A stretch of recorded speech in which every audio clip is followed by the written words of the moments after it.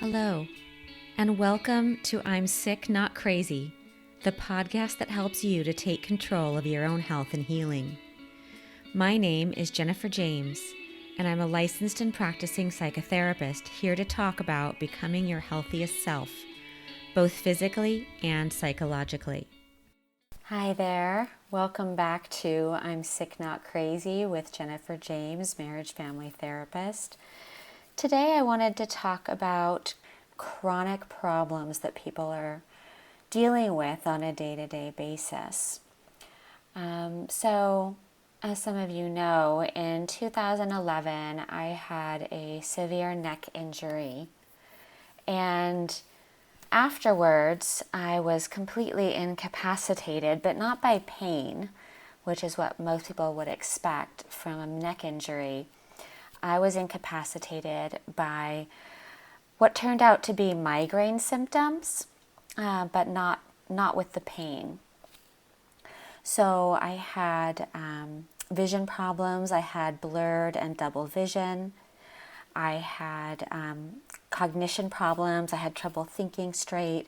I had trouble making decisions, simple things like whether to turn right or left when I was driving. I couldn't keep any food down, and food smelled and tasted revolting to me. I was starving. I shrunk down to the tiniest weight I'd ever been. And it was definitely the most difficult year and a half of my life. And then, even though all of the testing and all of the interventions that Western medical science tried on me didn't help, my neurologist, who was quite inspired, suggested that I try yoga. And I will maintain for the rest of my life that yoga saved me, which is why I continue to practice 3 to 4 days a week to this day. So through a lot of hard work with the yoga and acupuncture and massage, I've healed to the point that I live my life fairly normally. I can eat. It's enjoyable again. I can keep my food down. And I have a completely different relationship with my body since this time, because I realize now that the curves that I struggle with or have struggled with in the past are really just indications that I'm living normally, that I'm healthy, that I can eat and enjoy my food and nourish my curious mind. I can work again really well. I can make decisions.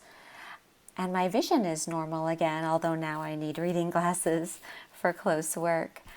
But there are some chronic problems that I've been dealing with now since 2012, probably. So it started happening just as the nausea, the vomiting, the vision problems started to subside. I started to have a pulling. The muscles in my neck and my upper back, they started to pull my head to the right. And my head would go back and forth, right, straight, like a tick. And I couldn't really control it. And it was really embarrassing, and people started to notice, especially because it would be the most pronounced when I was sitting still for long periods of time, which meant that at work it was the worst. And at the time I worked in an environment that was cubicles, so there were people sitting behind me that could see what I was doing all the time. And I remember hearing them whispering, trying to figure out what was happening. And I just didn't really feel like I wanted to tell them. One woman that sat behind me actually asked me at one point what was going on and if I was okay. And I just told her I was fine. I didn't feel like I wanted to explain it because it was just so deep and so painful. So I've been dealing with that. But, over time, it's come to the point where I have found ways to compensate for that. And I'm able to keep my head pretty straight. But instead of pulling my whole head to the right, the muscles pull on my face. And my face looks a little bit lopsided now. Most people probably think that's just how my face was made, but my face used to be very even. And now my mouth is a little bit distorted, and my face pulls a little bit to the right.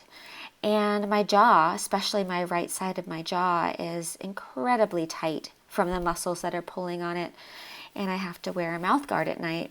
But I still wake up in the morning with my face sore and my jaw hurting because all night my muscles have been pulling on my face and my jaw.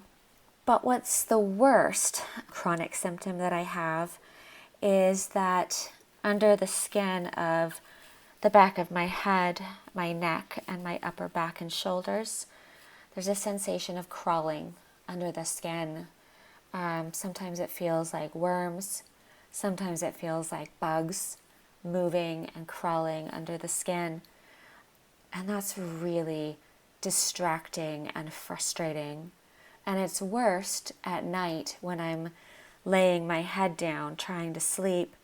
Somehow the pressure of the mattress or the pillow that I'm laying on intensifies the sensation. And it's just this constant movement and pulling and crawling under my skin.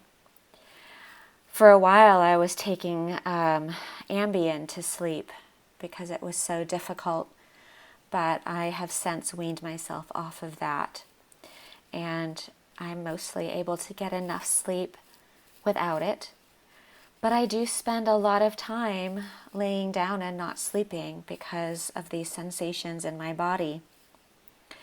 Sometimes I don't use a pillow because if I just lay my head on the mattress, there's less surface area with pressure on it, which alleviates some of that crawling and movement under my skin. Sometimes when it's really bad, I actually end up laying on the floor next to my bed because with the floor being harder and my head sinking in less, there's even less of the pressure on my head, intensifying that feeling of pulling and movement under my skin. So I'm tired a lot, and I try not to be frustrated and just deal with it in the moment instead of thinking of all of the years that I've been dealing with it and all of the years that I'm likely to be dealing with it. But, I know that there are people going through much worse chronic symptoms, and that helps, to know that as chronic symptoms go, I'm actually fairly lucky.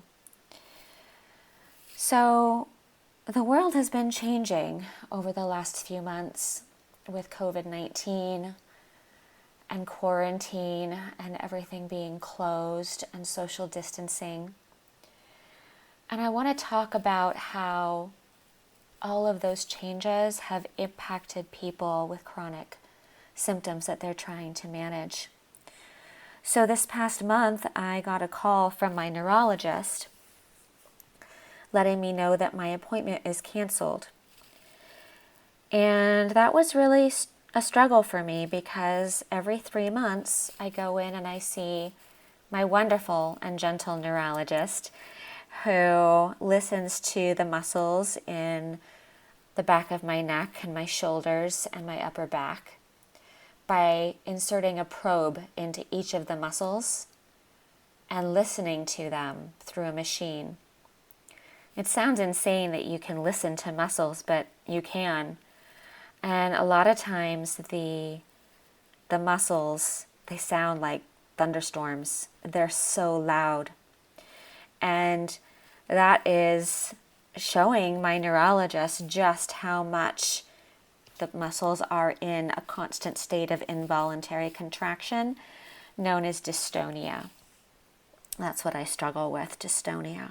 So based on how loud the muscles are, she'll inject Botox into the muscles every 3 months, which helps to relax them and helps me to get a little bit of relief from that pulling and contracting and crawling that I deal with. So when she canceled, my appointment, I understood why, of course. It's to keep both of us safe, from getting from getting sick. And I'll be okay. My symptoms, like I said, as far as chronic symptoms go, they're not terrible. So I'll lose some sleep and I'll spend more nights on the floor, but, in the end, I'm going to be okay. But I worry about people whose symptoms are worse than mine because their appointments are getting canceled too and their treatment is being interrupted. One of my patients has terribly severe back pain, and he was on track before COVID-19 and quarantine to get surgery to relieve his pain. And he really needs it because he is completely incapacitated and bedridden and unable to live his life because of the pain. And they've canceled his treatment, and he doesn't know how long he's going to have to continue to be bedridden with this horrible pain because all of what they're terming non-essential surgeries have been canceled. I would argue that his surgery is essential. He is so depressed, and I am really concerned about his ability to wait this out, especially with not knowing how long it's going to be. I also have another woman who has lupus that I work with, and I was shocked when she told me that her medication is being held because of COVID-19. Apparently, the unsubstantiated non-medical assertions that hydroxychloroquine can help with COVID-19 has created such a shortage that people who legitimately take that medication for chronic problems such as lupus are not able to get their medication. And when chronic lupus is not being treated, it causes severe medical issues for the patient. It worries me that people that need their medication to handle chronic conditions with medications that they are legitimately meant to treat are not able to get their medications because of fear, because of scientifically unsubstantiated assertions that people are suffering. And I worry about the compassion of a world where the man that I work with can't get his surgery, and where the woman that I work with is unable to get her medication for her lupus because of not working together as a community, because people that are afraid are taking medications that are not meant for them and are meant for other people that actually need them. My thoughts are with people with chronic syndromes who are being left behind right now. Please don't lose hope. I know that you're suffering and I see you. This situation can't last forever. And I know that in my heart, the world, the medical system is going to reopen soon. And in the meantime, I really suggest that you increase your self-care. Self-care is so important. You deserve to take good care of yourself. Increase your yoga, your exercise, your meditation. Be gentle with yourself about the struggle that we're going through communally. These things are the things that sustain me when I'm struggling the most, and I know that they can sustain you as well. Okay, take good care of yourselves, and I'll talk to you again next week. Thank you for listening to this week's I'm Sick Not Crazy podcast with myself, Jennifer James, MFT. Please remember that this podcast is educational in nature and that it's not intended to substitute for medical or psychological advice. To learn more about my work, to share podcast topic ideas, or to book me for speaking engagements or interviews, please visit my website at jenniferjames-author.com and choose the contact link. If you would like to support my work financially, you can find me at patreon.com/JenniferJamesMFT. Thank you, and remember that you can take control of your own health.